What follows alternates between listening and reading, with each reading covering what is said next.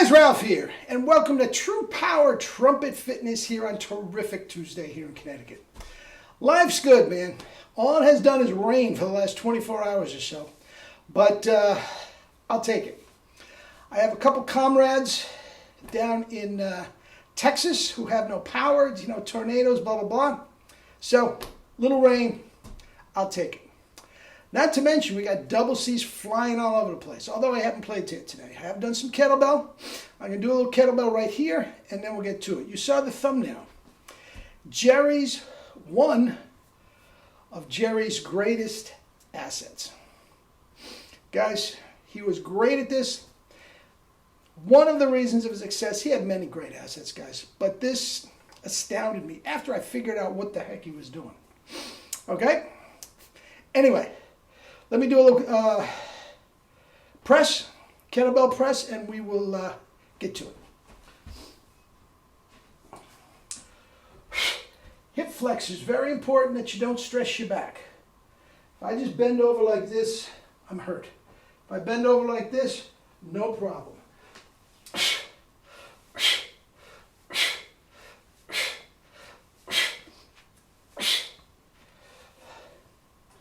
Guys, that is putting the arm to a certain degree under stress, but I can't begin to tell you how much that encompasses the midsection, which is the source of much of our power. Okay?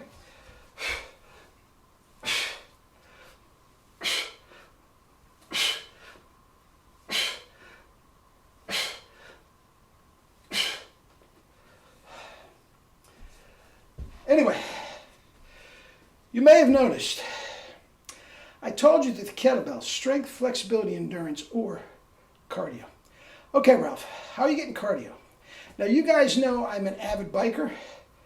I do 100-mile, 200K bike rides all the time during the summer. I was a retired ultra marathoner. But listen to me, after 12 seconds of being under stress like this, listen to how I'm breathing. That's where you get your cardio. All right. Let's see what we got. Haven't played a note.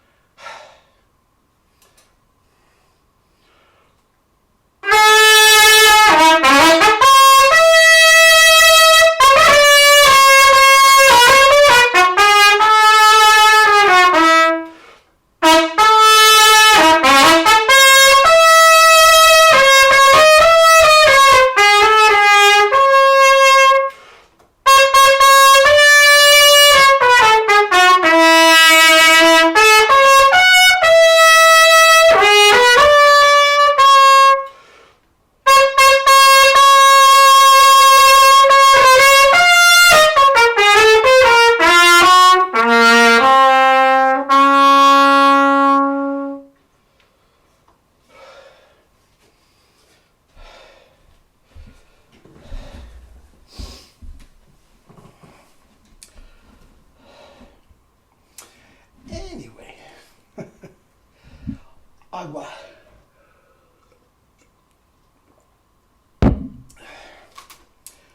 Hellacious double C's. Hellacious double C's and a little caress the baby and a whole lot of kettlebell. The book should be out tomorrow. I'm getting it to the printer this afternoon, and I'll talk more about it tomorrow. Anyway, one of Jerry's greatest assets. And, guys, he had many. He had many. You talk about gray matter. I mean, I have been in the presence of several geniuses in my day. When you teach public school, you come across some kid that is clearly light years ahead of the other kids. It goes beyond just being bright. Vacchiano, Broyles, I mean, literally geniuses. Jerry, off the charts. Off the charts.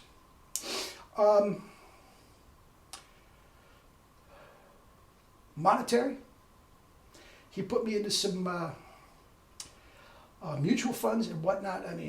40 years ago. That put my daughter through Penn State. She's graduating. Oh, she got into a couple law schools. She's going to be a lawyer, man.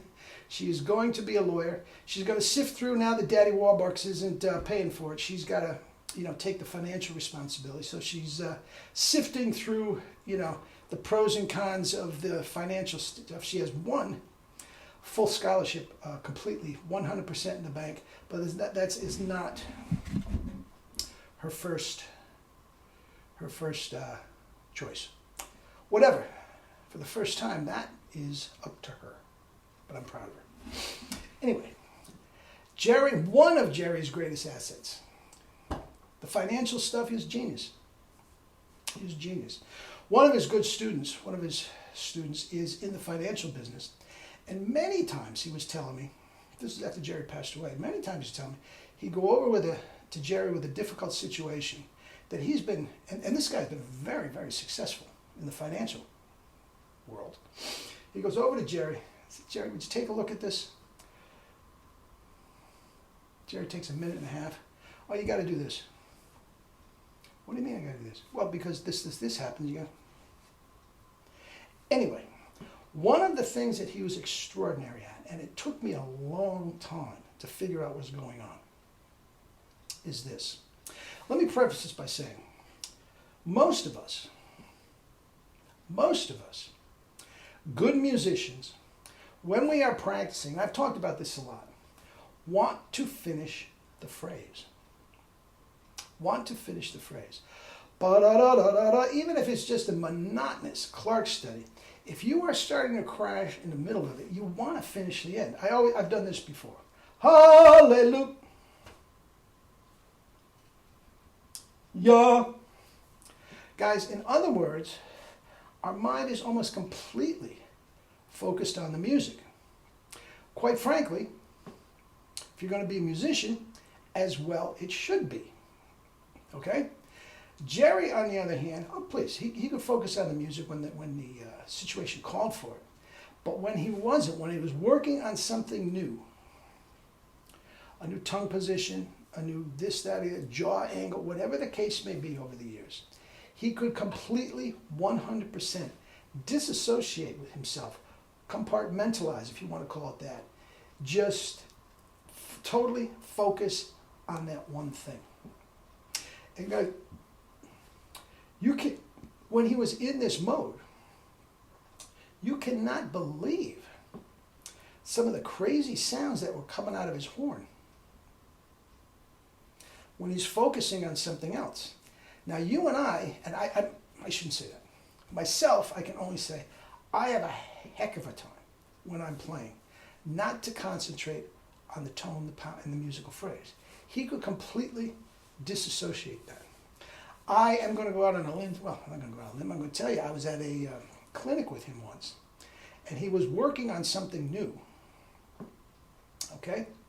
And he's lecturing about a certain thing, and he is playing with something new that he thought about in the car going to the lecture, the clinic, and he sounded hideous. And luckily I was there with my trumpet, and I would honk some of the things that he was trying to explain and all this, and I, took the mic away from him, so to speak. I said, and afterwards, Jerry, what the heck were you doing? He says, Ralph, we have to keep progressing. I have to keep trying new things. Now, in the case of a clinic, that was a bit of a curse. He had never tried this before, and he was trying this lecturing at a clinic. And then we got people up and say, listen to that tone and all this sort of stuff. Now put your tongue here. Now did you hear that? Then we got past it. But his initial offering was, ouch. It didn't enter his gray matter that he should do anything. He's looked at me, as I said, I questioned him on it. And he looked at me with his dumbfounded look. Ralph, we have to keep progressing. And I've told you many times, guys,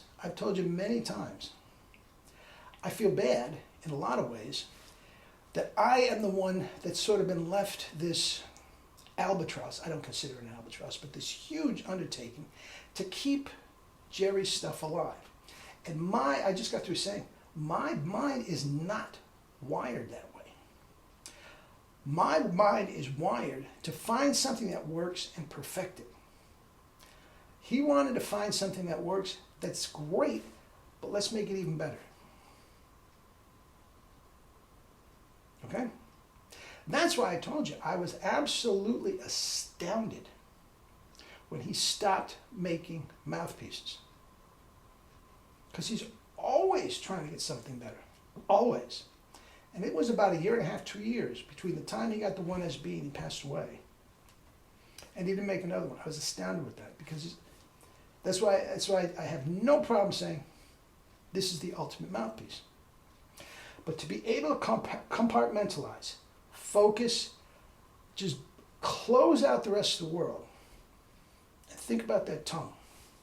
How many times have I said to somebody that's going up for high G, and they clam the high G, what happened to your tongue when you got to the E?